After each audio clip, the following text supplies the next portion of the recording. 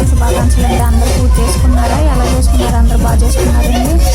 మా ఊళ్ళో వినాయక చవితి ఉత్సవాలు అయితే ఇలా జరుగుతాయండి. పొద్దున్న నుంచి మొదలు పెడతారు. ఇలాగా ఊరంతా తిరుగుతారు. బ్యాండ్ కదా దేవుడికి మేము ఇచ్చేద్దాం అనేసి బయటకు వచ్చుకున్నామైతే దేవుడి దగ్గర అయితే మాత్రం బాగా రెడీ చేసాం కదండి. పువ్వులతో డెకరేషన్ ముందైతే శివుడిని పెట్టారు. ముందైతే చాలా బాగుంది కదండి డెకరేషన్ అయితే. మట్టి విగ్రహాన్ని ముందైతే కలర్స్గా చేసేవారు. తర్వాత మట్టి విగ్రహాన్ని పెట్టాలనుకుంటే మట్టి విగ్రహం పెడుతున్నారండి. చాలా బాగా ఊరేగిస్తారండి. మొత్తం అంతా చాలా ఉంటాయి. దేవుడి దగ్గర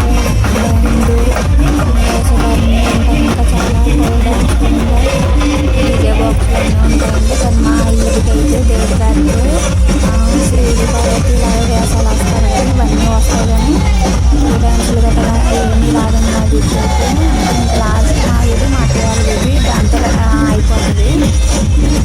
నా చివరికి ఇంకా రాదు.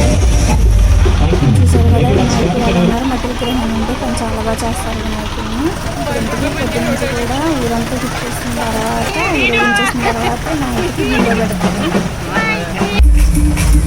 నైట్ బియ్యం ఇచ్చేసానండి. చూడండి అప్పుడు ఒక్కొక్క వేషం వేస్తారు కదా అవి ఇవి చూడండి. ఏంటి అన్నది పర్టికులర్గా నాకు అంత సరిగ్గా తెలియదు. అందుకని పేర్లు అయితే చెప్పట్లేదు.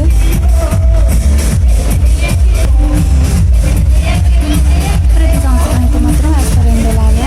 వాన వచ్చినా కూడా తడుస్తూ కూడా వెళ్తారు. పొద్దున్న అయితే అలాగే తిరిగారు. మా వీధికి వచ్చేటప్పుడు కొంచెం చినుకులు గడ్డ లేకుండా ఆగింది. అయితే నీడైతే చినుకులు కూడా వచ్చేసింది.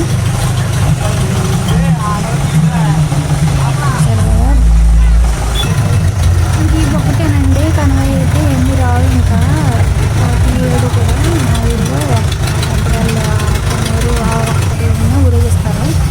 అవి ఒక్కొక్కరు 11 రోజులు 11 రోజులకి మామూలు కలిపేసేటప్పుడు ఊరేగిస్తారు. కానీ పార్లమెంట్ అయితే చూరు ఎవరో కూడా అయితే బాగా చేస్తారు. మా అబ్బాయి అయితే ఏంటండి తీసి వచ్చేటప్పుడు చూపించాలండి. ఇలాగే 9 days అయిన తర్వాత వాళ్ళే తీసుకెళ్ళి వినాయకుడిని మొత్తం చేసేసిన రోజున ఊరంతా భోజనాలు వేసి సంతాపం అయితే పెడతారు. వీడియో అయితే నచ్చితే లైక్ అండ్